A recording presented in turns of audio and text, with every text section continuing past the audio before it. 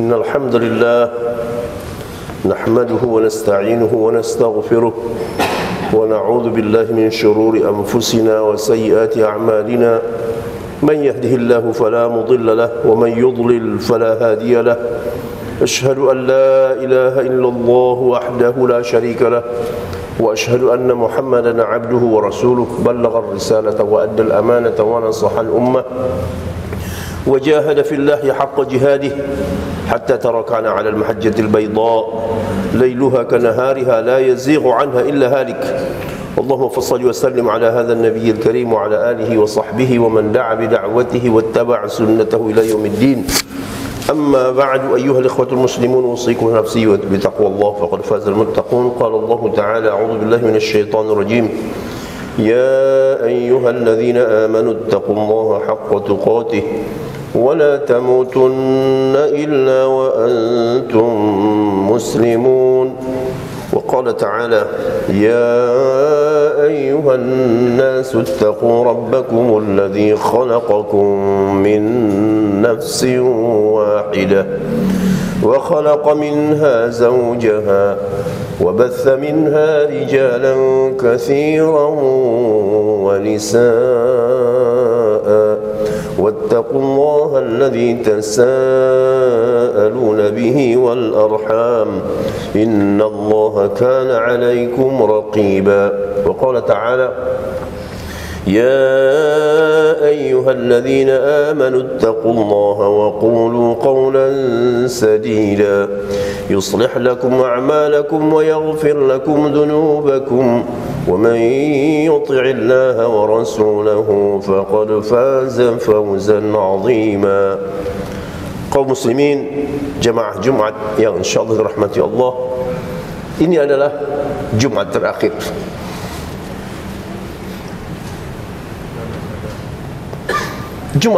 dari bulan Ramadan.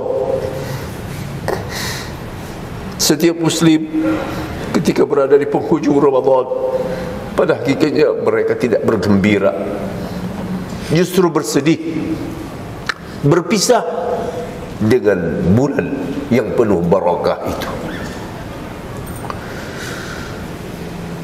Kita tidak tahu apakah Ramadan ini yang terakhir atau Allah mengembalikan kepada kita Ramadan tahun-tahun berikutnya. Jemaah Jumat, malam-malam Lailatul Qadar yang 10 hendaknya diisi dengan berbagai bentuk ibadah taqarrub, di antaranya as-salat, kemudian al-qiraah, kemudian al-zikr wa du'a, kemudian at-tafakkur. Kita membayangkan poin yang terakhir, membayangkan ahwalu yaumil qiyamah, dahsyatnya hari kiamat, ahwalul akhirah yang tidak mengenal satu sama lain, tidak ada tolong menolong, tidak ada selamat menyelamatkan, masing-masing orang membawa catatan amalnya. Anak tidak bisa menolong ayah, ayah tidak bisa menolong anak. Seorang di dalam malam-malam Lailatul Qadar itu membayangkan nanti di hari akhirat Allah mendekati hambanya, lalu bertanya, ingatkah kau dosamu yang ini? Ingatkah engkau dosamu yang itu? Disebutkan Allah dosa-dosa yang dilakukan oleh manusia selama di dunia. Lalu si hamba pun mengatakan, "I Rabbi azkur." Betul ya Tuhanku, aku mengingat itu. Sampai ketika si hamba ini yakin betul kebinasaannya gara-gara dosa itu, lalu Tuhannya pun berkata, dan Allah adalah Maha Rahman dan Rahim, qad satartu dzalika 'alaika fid dunya, telah kututupi dosamu itu untukmu dulu di dunia, wa na'aghfiruhu lakal yaum, dan pada hari ini telah kuampunkan dosamu itu, wa yu'maru bihi ilal jannah, dan orang itu pun disuruh diperintahkan untuk masuk ke dalam syurga. Inilah rahmatnya Allah, maha kasihnya Allah di hari kiamat. Akan tetapi seorang muslim tetap harus berada di dalam dua perasaan, khawatir dan penuh harap. Apabila dua perasaan ini tidak seimbang, ini yang mengakibatkan kerancuan.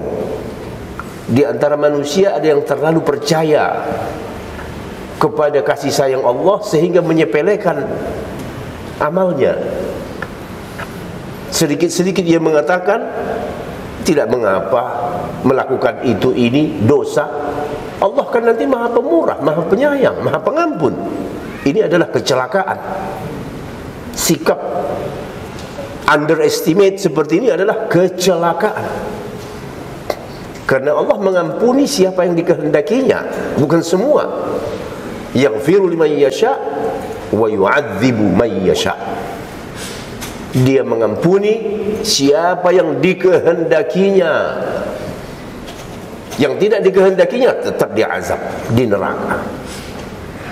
Jadi kalau kita gambarkan surga neraka itu, manusia di dunia berbuat dosa, tetapi dia tidak melakukan perbuatan syirik.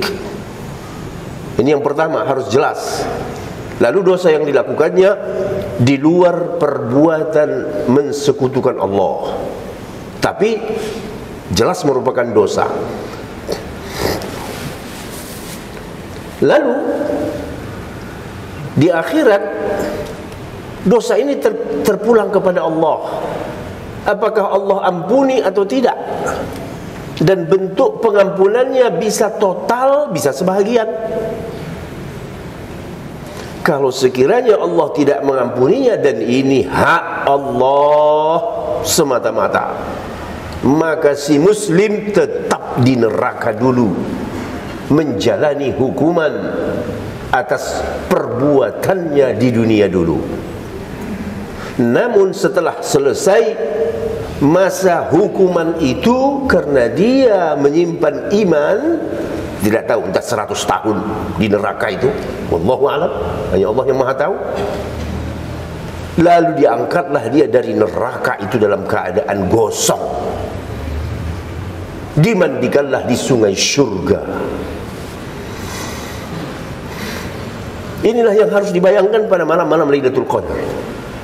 Posisi kita nanti di mana? Tidak ada yang tahu kecuali hanya Allah. Jadi dengan membayangkan ini menimbulkan rasa penuh cemas dan harapan pengakuan terhadap dosa yang sudah dilakukan sebelumnya, dan dengan harapan agar Allah mengampuni dosa itu di yaumul qiyamah. Jamaah yang dirahmati Allah Ta'ala, siapapun yang membayangkan akhirat yang dimulai dari al-maut, kematian, pasti hatinya bergetar. Bahkan tidak jarang air matanya mengalir, mengharapkan keampunan dari Allah Subhanahu wa Ta'ala. Oleh karenanya doa yang sering dibacanya selama malam-malam Lailatul Qadar itu, di antaranya ada dua. Allahumma innaka afuwun tuhibbul afwa fa'fu anni, seperti yang diajarkan oleh Nabi kita SAW kepada ibunda kita Aisyah. Allahumma innaka afuwun tuhibbul afwa fa'fu anni. Ya Allah, Engkau itu maha pemaaf dan Engkau menyukai memberi maaf, maka maafkanlah aku.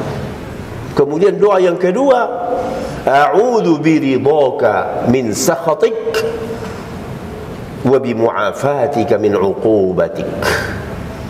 Aku berlindung dengan ridhamu ya Allah. Allah itu punya sifat ridha. Dengan ridhamu itu aku berlindung dari kemarahanmu. Jadi Allah punya sifat senang, punya sifat marah. Jadi berlindung kepada Allah dengan sifat ridha Allah itu berlindung dari sifat marahnya Allah. Apakah Allah marah? Iya. Sejumlah ayat menyebut itu. Wa ghadiballahu alaihi. Dan jangan katakan, masa Allah marah? Allah menetapkan sifat itu pada dirinya. Manusia jangan mencoba mendebat, membantah, menganalogikan dengan manusia. Selama Allah sudah menyebutkan bahwa Allah itu punya sifat marah, tentu siapa yang dimarahinya?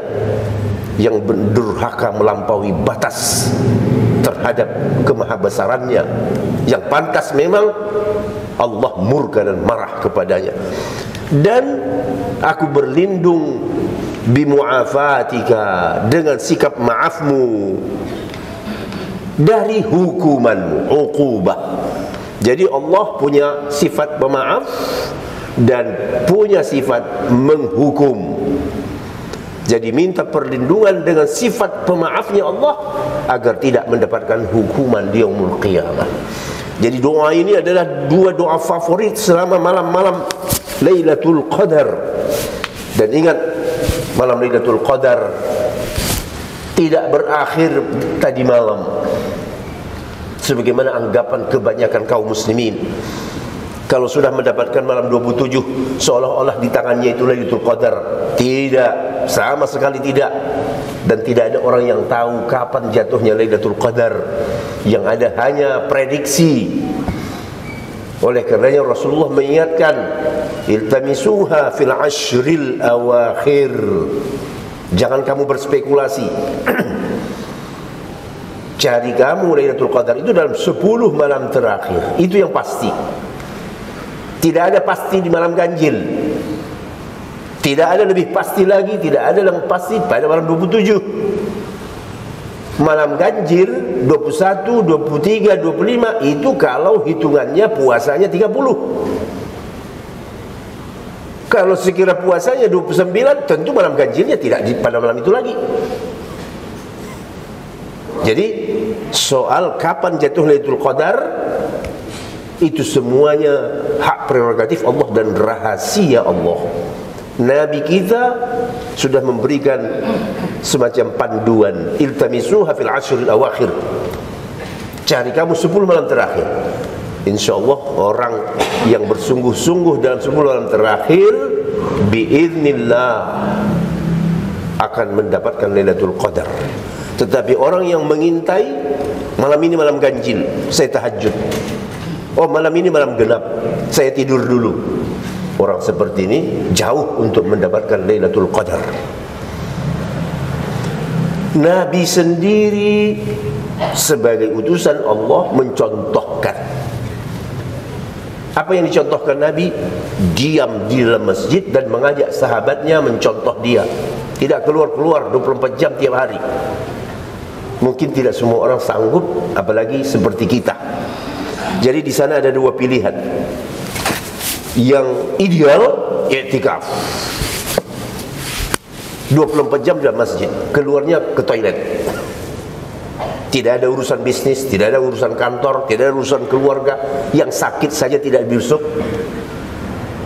Keluarga yang sakit tidak dia besuk. Mati, meninggal, tidak dia layak. Karena i'tikaf.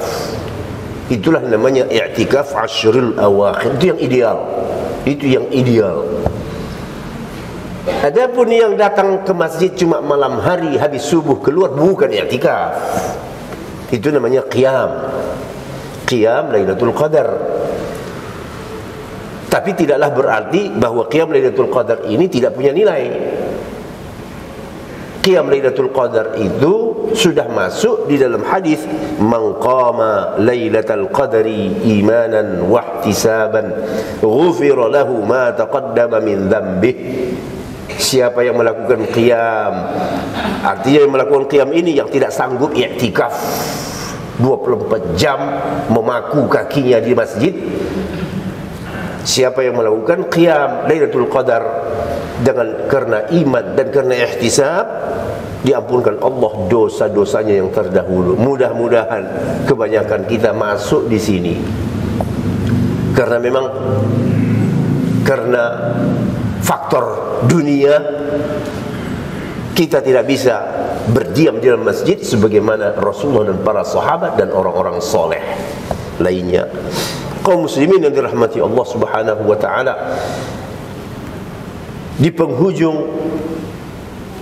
Ramadan ini sekali lagi kita masih terus kerja keras. Kerja keras belum berakhir sampai betul-betul kelihatan terbit bulan Syawal. Jadi kesempatan mungkin 2 hari ini, 2 hari 2 malam ini masih bisa ngebut khatamkan Quran yang belum khatam, sedekahkan harta yang belum sempat disedekahkan, karena sebaik-baik sedekah adalah sedekah di bulan Ramadan. Banyak-banyaklah berzikir kepada Allah, minta ampun. Sudah barang tentu meminta ampun di bulan Ramadan ini beda nilainya. Yang kita khawatirkan adalah hadis Nabi yang dulu khatib mengingatkannya di awal Ramadan. Ada 3 manusia yang celaka. Salah satunya masuk ke dalam bulan Ramadan, hidup 1 bulan tetapi tak diampunkan dosanya. Innalillahi wa inna ilaihi raji'un. Pada saat itu Rasulullah naik ke atas mimbarnya yang 3 tangga. Setiap tangga Nabi mengatakan amin, amin, amin. Sahabat sendiri bertanya, ada apa ya Rasulullah? Lalu Rasulullah menjelaskan, ku dengar Jibril berdoa. Salah satu yang disebut dalam 3 itu, seorang yang masuk ke dalam bulan Ramadan tetapi dosanya tak terampunkan, dia celaka. Kata Rasulullah, amin. Kita tidak berharap termasuk orang itu. Oleh karenanya hari-hari yang tersisa dari Ramadan ini kita berusaha untuk menunjukkan kesungguhan kita, sebagaimana laporan ibunda kita Aisyah radhiyallahu anha, bagaimana Rasulullah di 10 terakhir ahya lailahu wa shadda mi'zarahu wa aiqadha ahlahu. Rasulullah itu mengencangkan ikat pinggangnya, artinya menjauhi istri, artinya tidak melakukan persetubuhan. Karena Rasulullah 20 malam pertama masih melakukan persetubuhan dengan istrinya, karena itu halal. Firman Allah, uhilla lakum lailatas siyamir rafathu ila nisaikum, dihalalkan kamu berhubungan dengan istri. Kamu tidak usah lebay. Ini bulan puasa, tidak usah kumpul istri walaupun malam. Allah menegaskan dihalalkan, tidak ada larangan.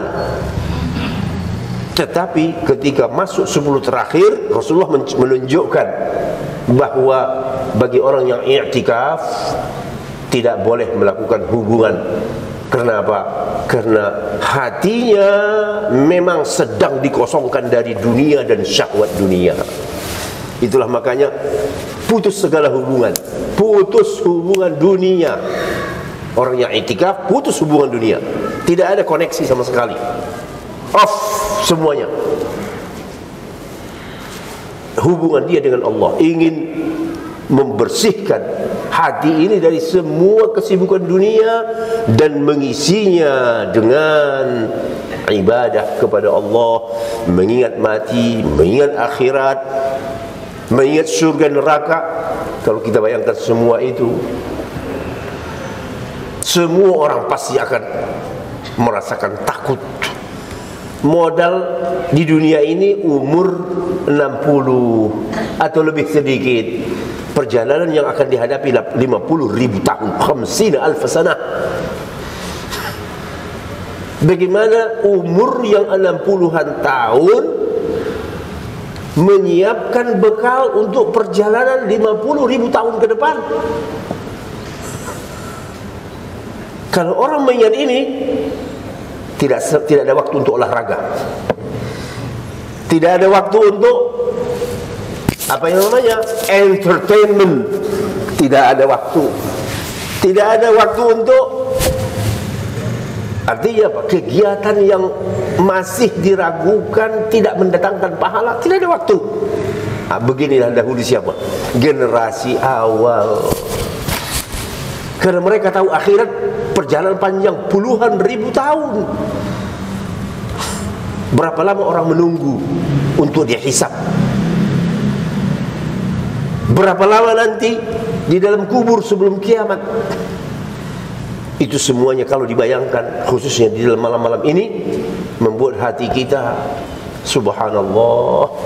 Dan inilah yang diperlukan oleh setiap muslim dalam 10 hari terakhir ini. Sehingga ketika dia keluar dari Ramadan, lahirlah manusia baru. Secara fisik itu juga orangnya, tetapi mental dan rohnya betul-betul sudah ganti orang. Manusia yang taat, manusia yang loyal kepada Allah, manusia yang tunduk kepada syariat, manusia yang menghambakan dirinya hanya kepada Allah, bukan kepada atasan. Itulah manusia yang terlahir dari Ramadan, manusia yang ikhlas. Mudah-mudahan kita termasuk mendapatkan posisi seperti itu. Aqulu qouli hadza wa astaghfirullah li wa lakum wa lisa'il muslimin wal muslimat fastaghfiruhu innahu huwal ghafurur rahim. Alladzi hadana li hadza wa ma kunna linahtadiya laula an hadana Allah. Asyhadu an la ilaha illallah wahdahu la syarika lah wa asyhadu anna Muhammadan 'abduhu wa rasuluh. بلغ الرسالة وأدى الأمانة ونصح الأمة وجاهد في الله حق جهاده حتى تركنا على المحجة البيضاء ليلها كنهارها لا يزيغ عنها إلا هالك. اللهم فصل وسلم على هذا النبي الكريم وعلى آله وصحبه ومن دعا بدعوته واتبع سنته إلى يوم الدين. أما بعد، أيها الإخوة المسلمون، أوصيكم ونفسي بتقوى الله فقد فاز المتقون. قال الله تعالى: يا أيها الذين آمنوا اتقوا الله حق تقاته ولا تموتن إلا وأنتم مسلمون. Hakikat Ramadan perubahan, lahirnya manusia baru dengan iman baru, ketakwaan baru, bukan fisik yang baru, pakaian baru, rumah baru. Itu fisik, bukan itu yang diminta. Tetapi manusia baru dalam arti ruh dan mental. Bagaimana manusia baru ini? Yang tunduk sepenuhnya hanya kepada Allah, yang loyal kepada Allah dan Rasulnya, membela syariatnya, berbangga dengan keislamannya, berjuang untuk membela agama Allah. Itulah yang lahir dari Ramadan. Oleh karenanya kalau kita perhatikan, seperti bangsa Israel, kenapa iri sekali dalam bulan Ramadan? Setiap Ramadan membuat kerusuhan di Masjidil Aqsa dan sekitarnya. Karena mereka tuh iri bahwa kaum mukminin punya momentum untuk meningkatkan dirinya, mendekati Allah Ta'ala. Mereka tidak punya.